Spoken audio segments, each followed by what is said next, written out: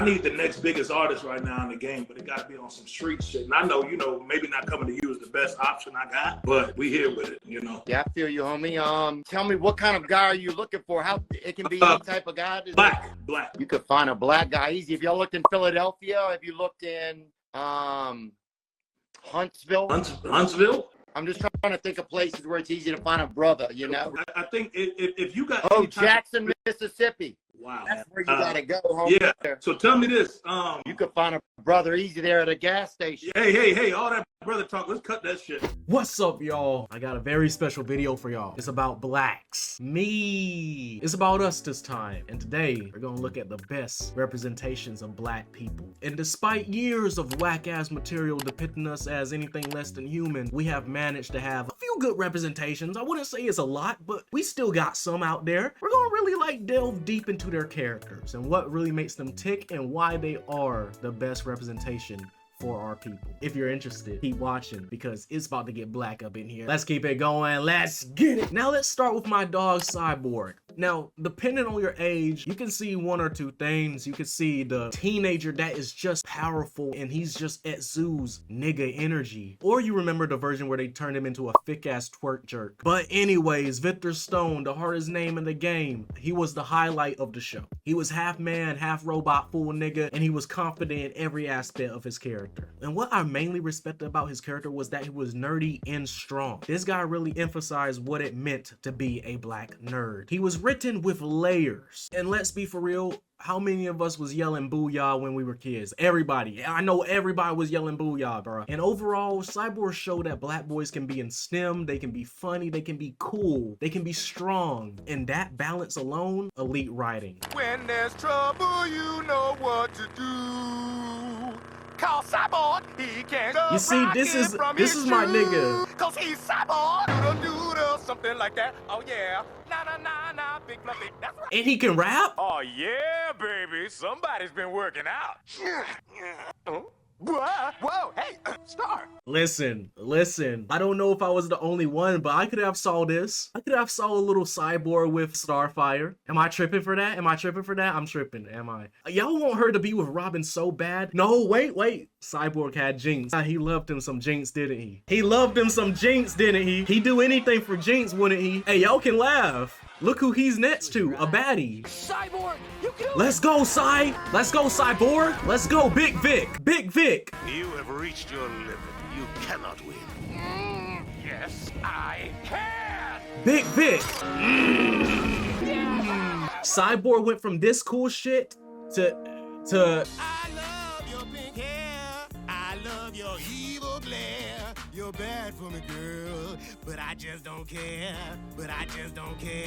What did they do to my dog? Now, moving on. Let's talk about something a little bit finer. Something a little bit more curvier. Let's talk about fine ass, beautiful, elegant, thick as a Snicker, Garnet. Hey, bro. I literally have her Funko Pop. I mean, do we really have to get into it? I mean, it's Garnet. Y'all can say, oh, she's technically not, she's black. So let's just analyze what makes her exude such nigga energy. You see, bro, Garnet didn't have to yell. She was calm, collected, cool. She exuded the Afrocentric, calm-natured black woman that everybody has met once in their life. She was dark-skinned with square shoulders, square hair, had visor on, had a cool-ass visor on. Bro, if you didn't have a crush on her, you're just a filthy liar, bro, and I want your passport. I don't know why, but I just need your passport. You're not allowed to travel the world. And the wildest part is she was always the most emotionally mature person in the room. And just how often do we see black women portrayed as that and not the angry, sassy characters you see in all various types of animated film and TV shows? They didn't exaggerate her mannerisms or just use her as comic relief. They used her as a powerful force that exuded black femininity in a way that we have probably never seen in this type of medium. She represented love, stability, unity, and that's why she's just such a great figure for black children in general. Garnet basically said, I don't need validation, I am the validation, and my guy, she's validated every one of my concerns. I don't even know what that means, guys. Let's just move on. That was the funniest thing I've ever heard. Garnet, master of comedy. Garnet, the master of every damn thing, bro. Working out. She don't need to work out. Not really. I need y'all to see this cosplay though. Just look at the representation, bro. Oh yeah, that's fire. That's fire. That's fire. I love this for us. The Garnet cosplays are always top This tier. is Garnet, back together. And I'm never going down at the hands of the likes of you because I'm so much better. And every part of me is Yo. Two of us ain't gonna follow your route. Always fire, bro. Now let's get on my boy Gerald from Hey Arnold. Hell yeah. Y'all might not know Gerald, but he's always been a real one since day one. Gerald's a master storyteller. He's a master craftsman. He's a master of many things. Y'all just don't realize it, but he's secretly the main character. He wasn't just a black sidekick or a token black character in an all-white show. This guy brought the energy that we all needed. This guy was smooth. He was a bit of a rizzer, actually. When you really think about it, he was a bit of a rizzer on some occasions. That was my jerky brother, Jamie. Feel free to ignore him. So as I was saying, you think you might want to go out? We could get pizza. I love to get food with you, Gerald. Only how about we eat in at your house instead? You know, so I can get to know your whole family. At the end of the day, he proved that the race relations between the Asians and the blacks weren't so bad, if you know what I mean. But the thing about Gerald is he wasn't just good by himself. He had a whole family that supported him and built him up to be the character he is, and having that representation for black families is supremely important in animated media. Because for the longest time, cartoons have had this tendency to not show black families at all. Or if they did, they would only show the chaotic moments. Either the parents were absent, exaggerated, or just played for laughs. But Gerald's parents were present. His dad wasn't just some bumbling stereotype, and his mom wasn't written as overbearing for comedy. They were just a solid, loving family, which is all you could really ask for. You saw the family dinners, you saw the conversations, you saw something that even Arnold didn't have, which was complete peace. And that alone normalized something that is rarely normalized on the screen. A black kid thriving in a healthy home. And speaking of a black character thriving in a healthy home, what's up, Danger? Like, what's up, Danger? What's up, Danger? Hey, Danger. Mi nombre es Rey. Hey, Danger. Okay, is this joke over with? Okay, let's talk about Miles. Because Into the Spider-Verse didn't just drop and everything stayed the same. It changed the whole realm of animation. Miles wasn't a perfect character. He didn't know how to be Spider-Man at first. Actually, not even at first, at the second, third, or fifth time, he didn't know how to be Spider-Man. And that's why it worked. Have you ever felt like you walked into a room that you just didn't belong in? That's exactly what Miles went through for the first half of the entire movie. And then suddenly, the leap of faith happens. And he goes like, what's up, Danger? What's up, Danger? What's up, Danger? Okay, I'm done.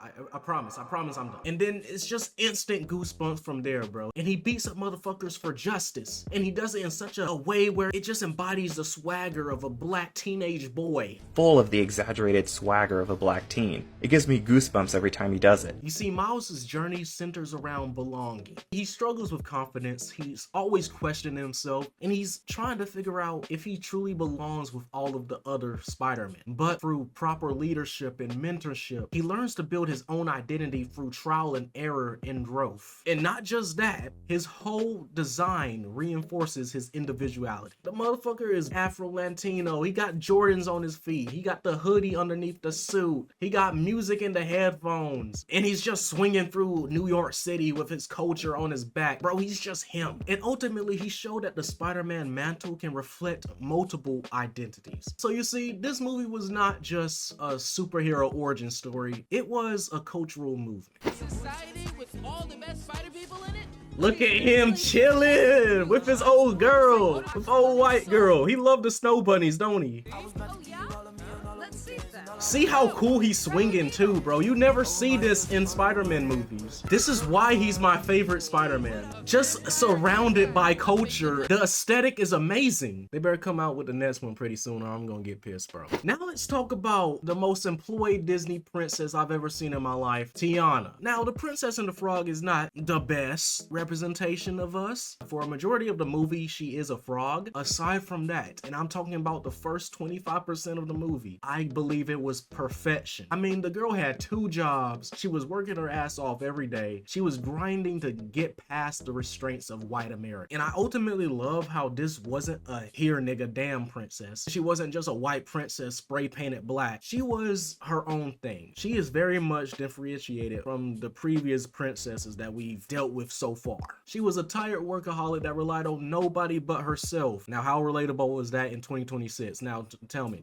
And while every other princess was singing about destiny and finding a man, motherfucker, Tiana was like, nigga, I got bills. And rightfully so. And I know they turned her into a frog for most of the movie. And I have my thoughts on that. Trust me, I will make a video on that soon. But even as a frog, she was the most disciplined motherfucker in the swamp. She wasn't focused on romance or magic. She was focused on building her own successful business from the ground up in honor of her daddy. And just think of how many black girls saw that and was like, I can do that too. That in of itself is magical. Now, speaking of impact, fire!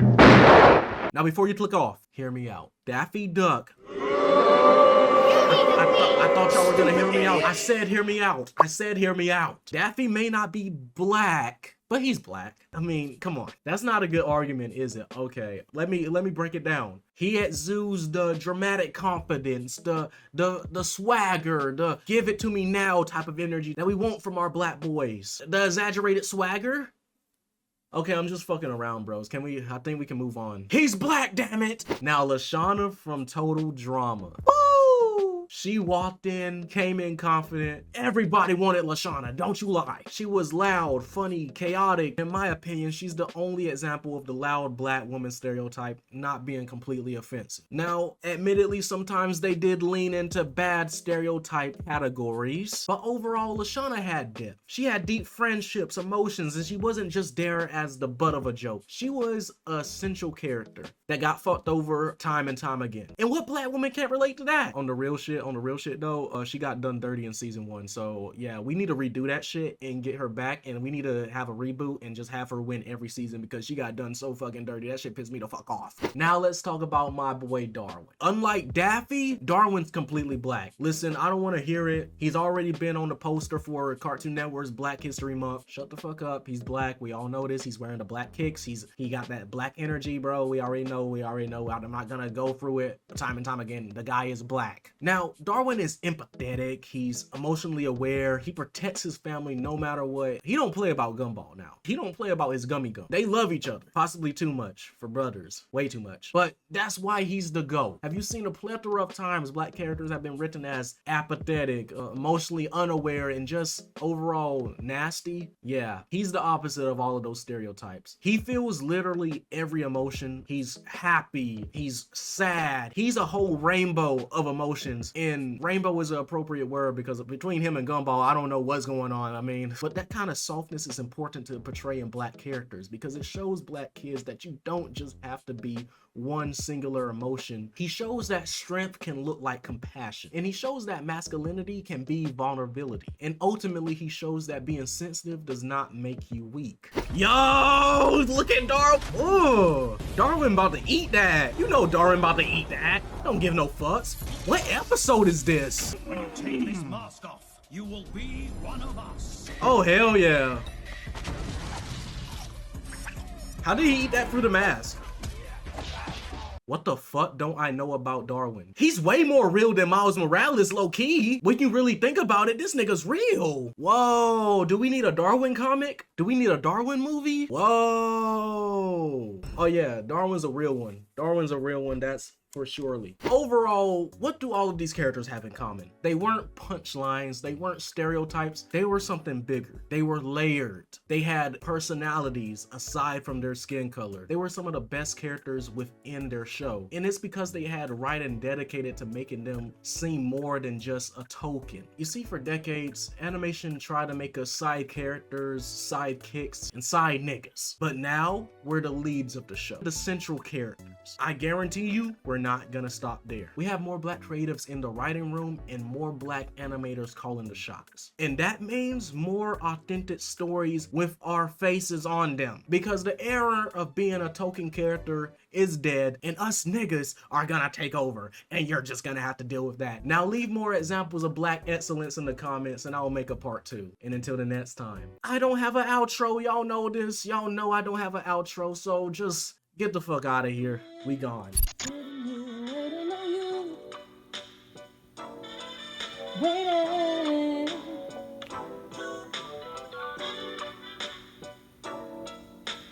I've been sitting here waiting on you,